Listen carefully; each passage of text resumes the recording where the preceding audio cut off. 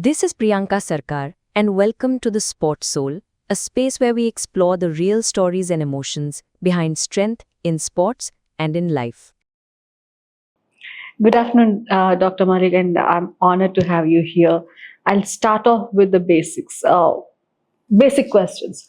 What does physical literacy mean, and why do you think everyone should have it? Have the knowledge of physical literacy? Thanks, Priyanka, for inviting me for this subject, which is so close to my heart. The basic idea was from warm to Tom, everyone is having a journey of movement. This journey of movement can be very enriching, very flourishing, and that journey can be called a physical literacy journey. In multiple countries, different definition has been evolved, but one simplest way it has been defined: physical literacy is our own individual, unique relationship with our physical activities. Our relationship with physical activity. This was physical literacy is. It has four pillars: move, think, feel, and connect.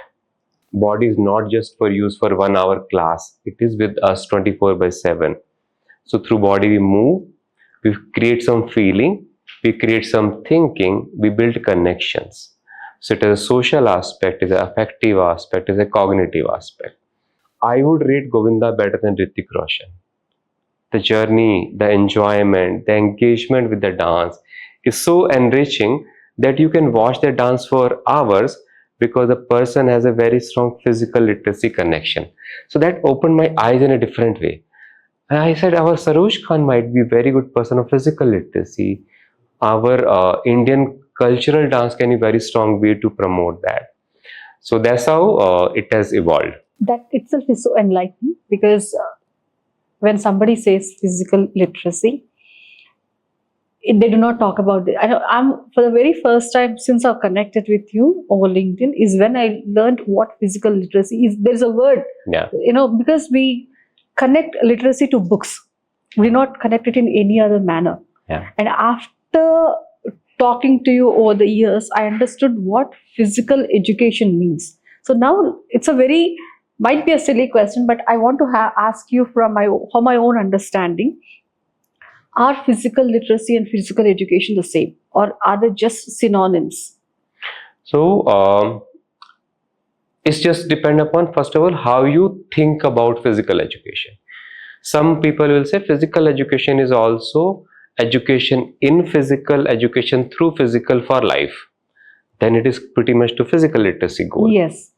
Same way, some people say sports is also getting people ready for life through life skills, through fitness. Then the goal is same. So physical literacy just bring that content should be secondary, person should be central. Okay. How can make everyone progress in their physical literacy journey? And physical education, sports program, art program, dance program, performing art, all these are the avenues where individual can see their potential and make progress. But for India, for example, when we start using physical literacy, a lot of courses are in a physical education bachelor's, master. They felt now will not be required in the jobs. Then you start using a word for them: physical literacy aligned physical education, physical literacy informed physical education practice, physical literacy informed sports practices. But in UK, where physical literacy has really taken up as a priority post-COVID, they have made a national consensus statement. All the top leaders, university, they come up with a consensus statement. So there they understand the physical literacy in a very different way. So the group are the positive experience collectives. Okay. So that will have health department, education department, dance department, that how can we create positive experience for young people in the movement. But that is an evolved ecosystem than ours. Yes. Every time we say physical education, it is something confined to sports. We do not, I would say, why do I need physical education? Because I'm working in a non-physical aspect of a profession. If I work on mind side, a physical coach will take care of the physical part. Physical literacy, yes, this throws an important angle of how I can work. I can also think about how physical literacy can help their mental well-being as well. Body is not an object. We are not doing 5 things through this body object. We'll lift a bottle, we'll move hands. She said body is a subject. It has subjective experience. So she said, talk about a Zumba class. 10 people go. Look at it, you say they make the same movement which are decided by the trainer. Yes. But when they come out of the class, they have different experiences. Yes. Yes. And how this is happening? Because you are not missing the part of the feeling part of it, Yes. social connection part of it, cognitive growth of the person in that activity as well. So when in a class people don't come to same class again, it shows that they're not able to connect to it. Yeah, very true. It's not the physical part, was same. And experience are subjective. So she said body is not an object. Body is integral to every experience. Then we start looking at in an office environment. In a meeting, when your back is tired and say, when this meeting will get over, and your body start pushing very loose. When your mind is also distracted because the body is not supporting you. But at the same time, if I'm physically able to be available in that position, for next 1 hour, my mental tendency to be here will be more. Yes, very true. We kind of attach physical fitness to a slim waist. Yeah. Or how we kind of attach physical fitness to appearance. We do not react to how what our body needs or how our body feels. Yeah. We starve ourselves, we just push ourselves, and because the body is a subject, you said the body feels something and we try to ignore that. We do not want to think what the body is feeling, which makes a lot of difference. It makes me feel that I've been ignorant all this while. Thank you so much about it. So you said you have to put the human first when it comes to sports and movement. And how does that actually look like in real life? How do we put the human first? So in a way, human first is the way that whatever subject we are teaching to anyone, or the physical activity or dance or any movement, many of time it become, I need to teach it. They should know. I'll tell them healthy habits. I'll implant them some hygiene habits. But those are the means. Yes, yes. And human first just said, forget about all this. You look at the person first. Whether a child of 1 year to man of 100 years, rule remains the same. Where I am as of now, what will help me to make progress? It's very simple. Very true, yeah. For that, you need to create a structure which give them true progressions. Yeah. Which make them feel, okay, I'm also able to now communicate well with my team members. And progression can be physical, your social, your cognitive. So that's the way put human first approach, that if I look at 4x100 meter event, many children will not be able to run 100 meter. The moment say 400 meter divided into 5 people, you choose your as per your ability, they will first run trial. And they will decide, Nani, you are run 60, you run first in the order, then I'll do 80, then last will be this much. They decide. But also when I create such opportunity, that builds social skill. They negotiate. They share their ability. Otherwise, 400 meter, everybody will be judged on the same thing. So that I find very, very powerful, that if we always keep in the context, we are trying to improve human as the first person. How much brain work goes behind all this planning and thinking? This work you are saying, I'll say about more reflections and seeing things with different lens, Priyanka. Suppose in my community, when I look at 10 children playing, when only 2 girls come, they play cricket with the boys and they say, I said, we like cricket. I don't ask you, you are not allowed to play. And I start finding so much meaning that even my journey was like that as a child. Sometimes say, what are they doing? Let's go to this system, academy, structure. Both are relevant, but important part is, an Olympian may not make their children play for sports for life. Very true. And a recreation person may. Yeah. Then the sports growing is equally important for all those people who are building experience in sports. So does this regular movement, whether it's playing or dancing or walking. Now you said they felt yoga is boring, they wanted to dance. Do all this help us feel better emotionally, mentally, or even socially? Do they make us feel better? What do you think? I think one, personal experience for sure, hugely.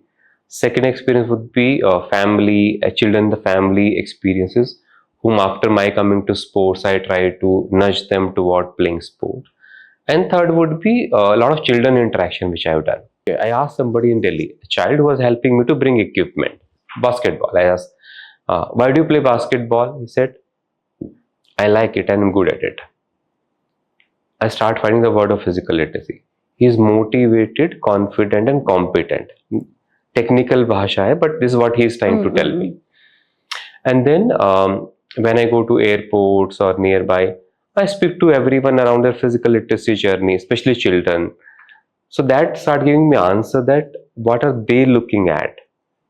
Like in a tennis kid, I remember he said, how do you like tennis? I don't know, because I'm not able to make rallies, but it feels fancy because when the ball hit the racket, I feel like a magician. Ball flies, sir, ball flies. Okay, then why you're not enjoying tennis class? You know, to make us round 10 times and then we'll get to fly the ball for 2 times. Then again go to run. So one important part, children's perspective has been communication. And communication with assertiveness, not journal gossiping. It's a communication with a purpose. So that I think hugely different. Second thing I've seen is about that just ability to do new things, create something in neural network. I can also try and do it. Yeah. And that open up the whole world as the playing land rather than limiting that I can do this. This again we were doing, I was doing some work with the girls in Odisha. And given football World Cup was happening, we thought, why don't we make mixed gender football tournament for 3-4 months and compulsory girls being captains. So I was in a classroom, and they said, do you know how to head and play football? No, our face will be bad. Will not get married, sir. It's so tough. We should not play football. Okay. I took football and I just bounced on her forehead. So what happened? Nothing. I said that your forehead was working like a ball. It just bounced the ball. Yeah. So I make the girls pair ball heading practice in the classroom. And then I said, after that we'll move out of the class whenever you are ready. But in there, one girl will throw, other will hit. And how many times you are able to catch is your score. You will make a play game out of it. Just half an hour game. Transition of I cannot do it. So I tried. Yeah. So I go to ground. And I remember when I went to school, it was a recess time. This girls coming from somewhere hugged me and that you gave us confidence. In my workshop as well, I try to do most of the workshop 50% experiential. No talking, just experience, reflect. So they start finding that we cannot discipline the mind, but we can engage the mind. Yes. And when sports has multiple senses, it has possibility of body, mind, consciousness all coming together, then I start believing that their engagement goes up. So in a way, if anybody has stress in life, they can forget for 2 hours. So, that's quite insightful way of how we look at movement, but what that is you as a working professional who is passionate about physical literacy you're doing. So true. And now schools and families, how can schools and families think about movement the same way they look at reading and learning from books? Okay. So one, of course, there are a lot of rationals scientifically as well. Benefit of physical activity on cognition has been researched enough. The research that if children have physical education class before math exam, they tend to score more. There's research around children who are generally physically active in their youth and adulthood. Their average earning per year is 18% more than those who are not active. Okay. In US especially, they give a lot of weightage to college sports as a priority. They said we need not do any psychometric testing with them because they would have evolved. high lows, perseverance. So one is communicating that message to parents and a education ecosystem in a bigger way. That also we have been trying. As a parent and the school, when we look at physical, it become since they're getting tired of academic, let them play for some time. Yes, yes. But when the research says, okay, playing help actually build your attention much better, cognition much better, maybe that could be good starting point. Indian context, I'm telling. Schools must also look at one of the goal. Generally, we look at academic subject, non-academic. I look at memorization subject, experiential subject. Okay, okay. This will itself change a lot of things. What if mathematics is memory? I remember here. Same way, math in a cricket become experience. It is score. I remember 4-6. A child can learn scoring much better mathematics than in mathematics. There's no meaning to it. They're just a number. Yeah. So one is memorization experience part. And I read a book from US. It was Every Sports Session Matters, which was about how sports has shaped the top successful people in the US system. So maybe there's a need to advocate that as well. That while of course we have Neeraj Chopra, PV Sindhu or Abhinav Bindra or Gopishan, at the same time, people are living very happy life and they are playing on a regular basis. Celebrate such people as part of the thriving ecosystem. They are asset to the society. They are creating a kind of separate economy which is around the health and fitness. Yes, yes. That has to be recognized. And as simply as put, if school also put goal that we define school goal that child when enters and they leave your school by grade 10th or 12th, how comfortable you are, they will be able to speak Telugu or English. Sir, 100% comfortable. How comfortable, confident you are, they'll be able to doing physical activities daily. Then isn't it your responsibility? If you're giving education without that, which is also important part of their existence. So in a way, school should set up some goals as first starting point. Agree that okay, every child, health, education, physical, whatever word they want to use, absolutely fine. Progression in health and physical is an important aspect, and all are interlinked. Okay. Like body, mind, things are all interlinked. So one is that part, and family's part as well. I think is more about normal discussion routine to it. I do feel that we do a lot of intellectual discussion around sports in India. Parents especially. Sachin should have played for 2 more years. Yeah. Abhinav should not have retired. He can still play shooting for a long time. PV Sindhu should had this smash, this part. As I said, you have not even experienced it. Yeah, yeah. But when I talk to my friends in Europe, they will say, oh, there was such a beautiful pass yesterday in the match. I'll try to do it today. I'll try to do it today. Yeah, That is yeah. a huge statement. I'm seeing on television, I want to experience it. I'm seeing a dance move, I want to experience it. So in a way, in a parent's part of it, I say, when you plan for the malls going, when you plan for the everything, why don't you also plan movement around the Yeah. weekends? It has to become that family bonding, connecting. So sometimes what we think is having a tough day means mental illness. It's as much as it's still a stigma or taboo to talk about it, it's also become a fancy statement to talk about it. How are you feeling? I'm tired. Yeah. What has happened? And it sometimes people reroute it into mental conversations. Deep down, or truth be told, it might be lack of physical movement. Yeah. So if you also told me not every tiresome day or a tough day is about mental illness, it also might be lack of physical movement.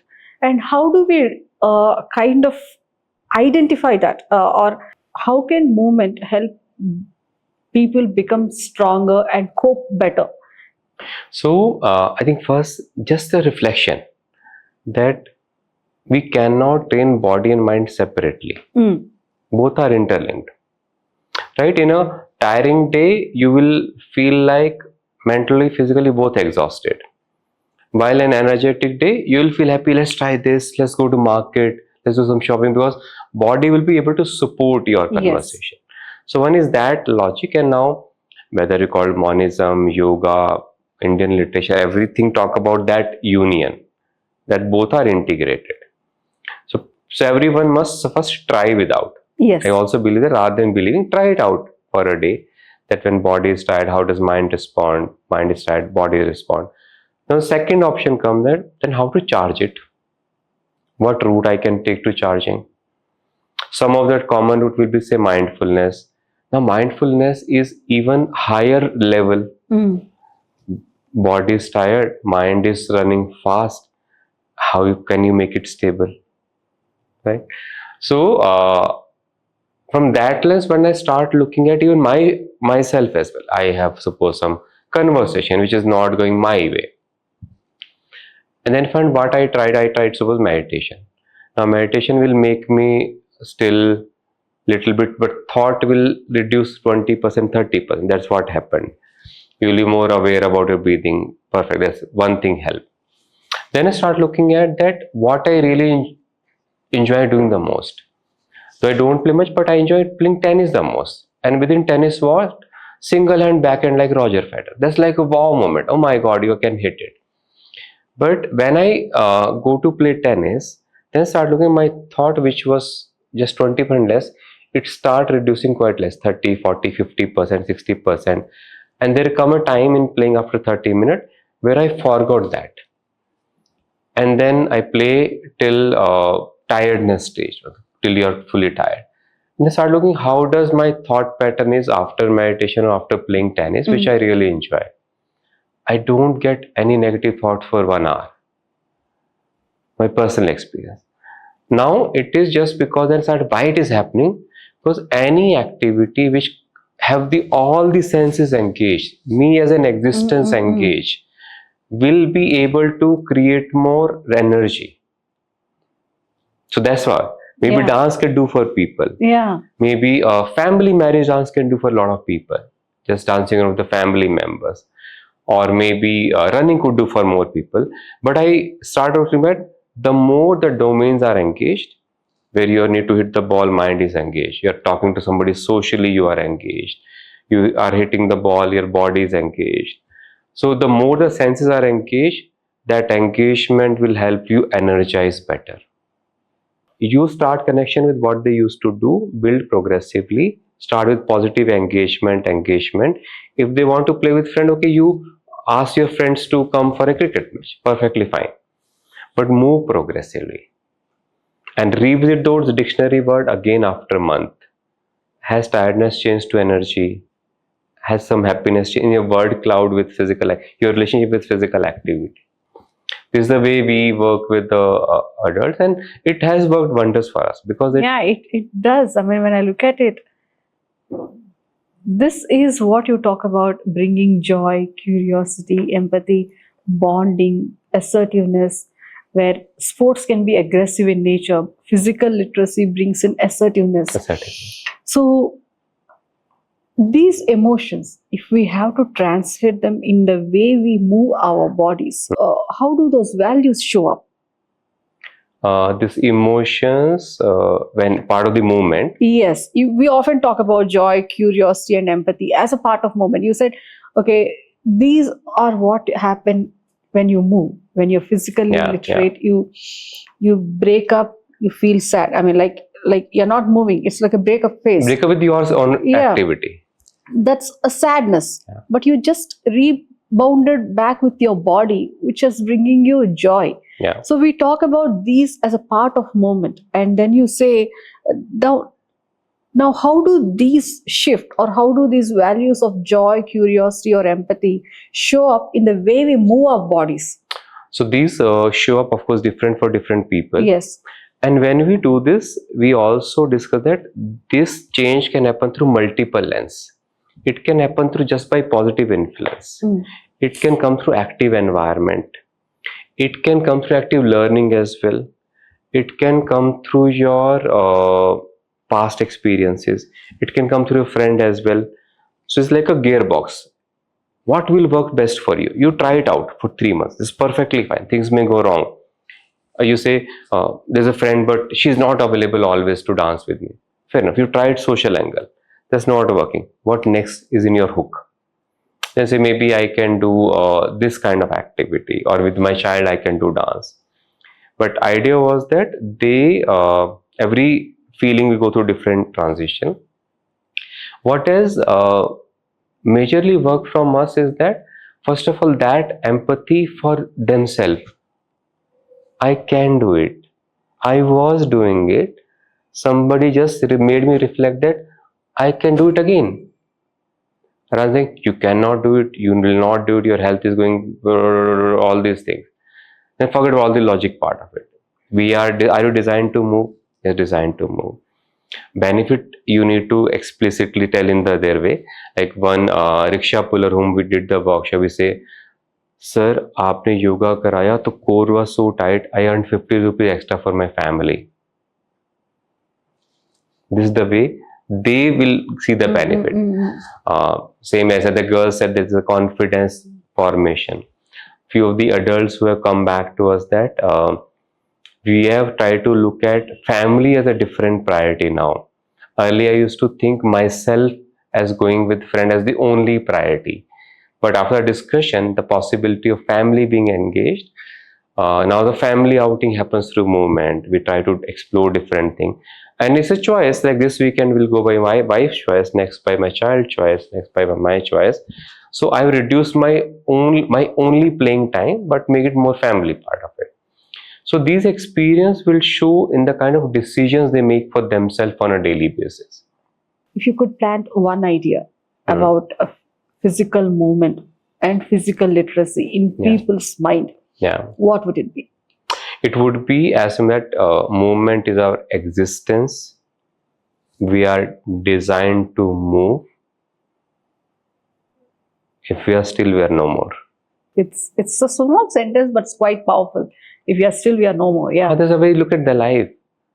We look at everything as heartbeat चल रही है, heart चल रहा है, blood चल रहा है, हम भी चल रहे हैं.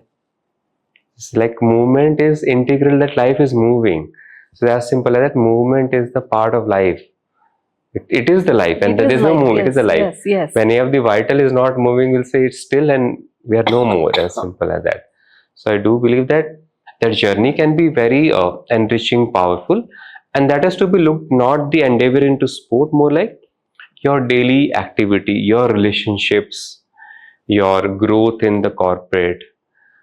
I can relate my growth in corporate at Grant Thornton because of my sports participation. I negotiated with my HR head.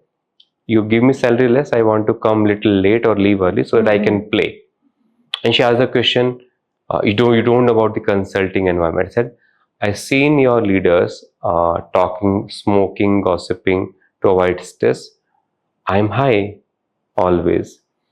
And I told that, ma'am, you would have understood psychology, but I understood psychology through sport. It is love all every day. We lost, we had bad emotion, it's love all. So when I come with that part, I will be able to make good relationship every day. And I used to get out of promotion every time, and I could read what was different for me other than people. I used to think through lens of sports. Client को dinner के लिए जाना है, why can't you call them to playing arena? Had to client matches, client dinners changed.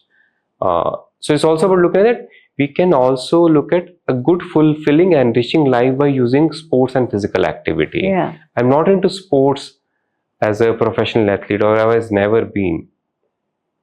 It is important to relate that we can live a good quality of life. Actually. Yeah, very true, very true.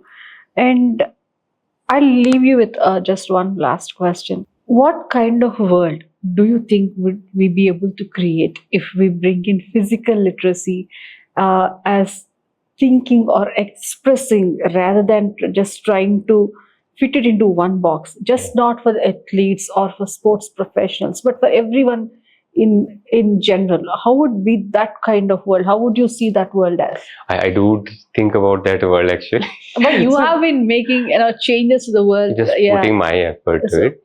So I feel like when every family will invest in sports and fitness, every community will have at least 100 childs to play downstairs every day. There's no space left for parking. It just we want to play. There will be roads which will have people doing cycling and running around. Other people who are having good conversation while walking. I also visualize all the public places to be part of it. Like when I go to airport, I felt bored to go to a restaurant or pub. I felt like there can be table tennis arena. There Yeah. can be some maybe mini tennis arena, which will make us engage for long. So when we feel like there's a part of the world. So if it is part of our consciousness, it should be everywhere. This is the way I visualize. Yes, yes. It's not a sports academy. Okay, office, you should have 10 options to play because that's available, and that help people being more productive, healthy. I visualize when I went to Gujarat from airport to the venue, there was no sports shop. I would want all medical shops to be replaced by sports shop. We don't need medical shop. I would see hospital converted to stadium.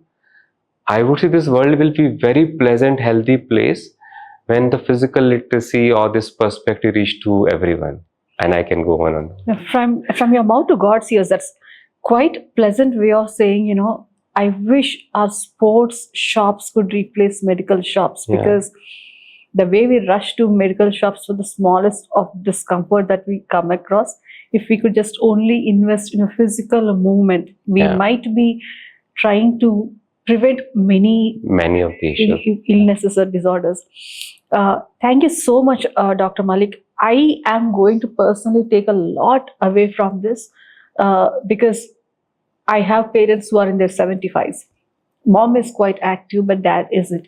I have been breaking my head. You know, I have been trying to garden. You know, I've just planted vegetables, fruits, just everything, so that dad can have organic food, so that no chemical goes into his on his plate. I would just say, Daddy, you want something? Let me go and get it for you. In a way, I was just inhibiting his movement, and I was being a physical illiterate. I was stopping my dad from moving, and so much so that at times he says, you know what, I'm feeling sleepy, just come and cover me with my bed sheet. I'm like, okay, Daddy, I'll do that, because I don't want you to struggle. I don't want you to be uncomfortable. But this changes my perception in a way that I have been making him feel uncomfortable through my own illiteracy. And I hope this is also a way for people who take care of elders in their family to understand that this is a way that they can change and bring movement to people, even irrespective of their age. Like, I have family friends or cousins who are taking care of their parents, and like, I say, don't move, I'll get the glass of water for you. I don't move, I'll get you whatever you want. You want me to peel this orange? You want to eat this orange? Let me peel it for you. We don't even think of the smallest things that we are doing for them do the biggest of the damages. So personally, I feel this is an eye-opener for me. And I'm really, really thankful and honored that I'm even having this conversation. It was a good conversation. I also enjoyed it. No, I mean, it's an eye-opener. I'm really going back as a different Priyanka, and I'm trying to bring some physical literacy into my dad's life and mine as well. We think, I have 4 dogs at home. I think, okay, I lost 8 kilos in the last 4 months since my puppy Rafa has come. And I think, okay, the puppy is chasing me. I'm running after running around the house. So maybe that's why I'm losing weight. That's a good movement for me, is what I think. But that's not actually it. There should be, I'm not enjoying the running or the chasing. I'm just doing it as a part of getting daily requirement.